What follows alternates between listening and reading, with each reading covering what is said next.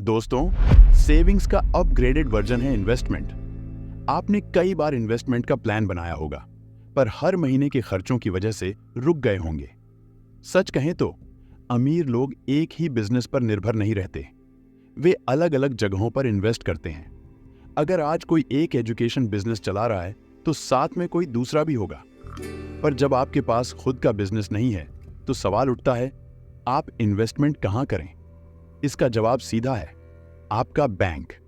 हम में से अधिकतर लोग बस एक सेविंग्स अकाउंट खोलकर सालाना ब्याज के इंतजार में रहते हैं।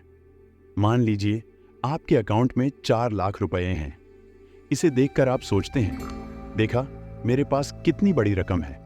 लेकिन असल में यह पैसा उतना नहीं बढ़ेगा जितना आप सोच रहे हैं। अगर आप अपनी सैलरी का एक हिस्सा हर साल एफडी में डालें तो आपकी सेविंग्स बढ़ती रहेंगी और आपको ज्यादा ब्याज मिलेगा।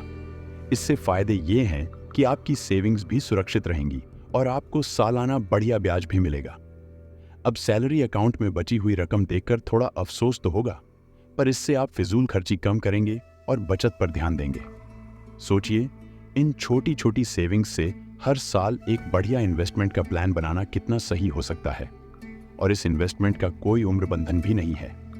आज से ही रिसर्च शुरू करें कि अपनी सैलरी में से बची रकम को कहां इन्वेस्ट करना है।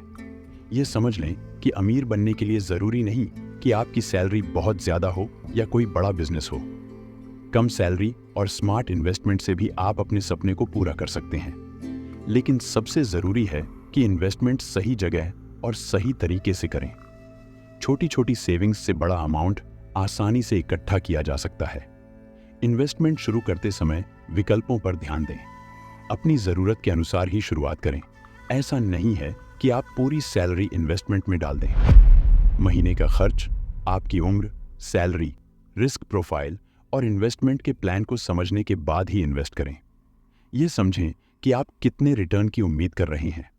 इसके बाद निर्णय लें कि इन्वेस्टमेंट शॉर्ट टर्म करना चाहिए या लॉन्ग टर्म, जो आपके लिए फायदेमंद हो। इसके लिए किसी एक्सपर्ट से सलाह लेना भी जरूरी है। अपनी फाइनेंशियल स्थिति और अवधि के हिसाब से इन्वेस्ट करें। मान लीजिए अगर आप हर महीने 3200 रुपए की सेविंग्स करते हैं और इसमें आपको 10% रिटर्न मिलता है, तो 30 साल बाद आपके पास लगभग 72,94,000 रुपए होंगे। ये एक छोटा इन्वेस्टमेंट था, लेकिन जितना ज्यादा इन्वेस्ट करेंगे रिटर्न में उतना ज्यादा पाएंगे। जैसा कि हमने पहले चर्चा की थी कि सेविंग्स अकाउंट की बचत देखकर हमें खुश नहीं होना चाहिए, बल्कि उस सेविंग्स को बढ़ाने के तरीकों पर सोचना चाहिए। सैलरी अकाउंट में पैसे रखने के बजाय अलग अलग जगह इन्वेस्ट करें।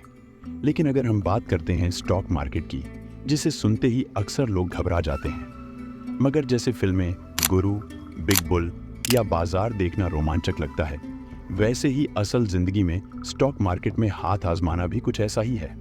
हाँ, इसमें रिस्क तो है, लेकिन अगर समझदारी से कदम उठाएं तो अच्छा रिटर्न भी मिल सकता है।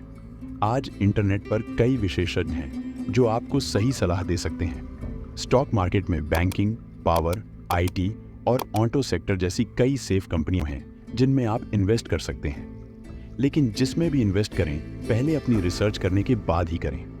अभी से शुरुआत कीजिए, रिसर्च कीजिए और स्मार्ट इन्वेस्टमेंट करके अपने फाइनेंशियल फ्यूचर को मजबूत बनाइए।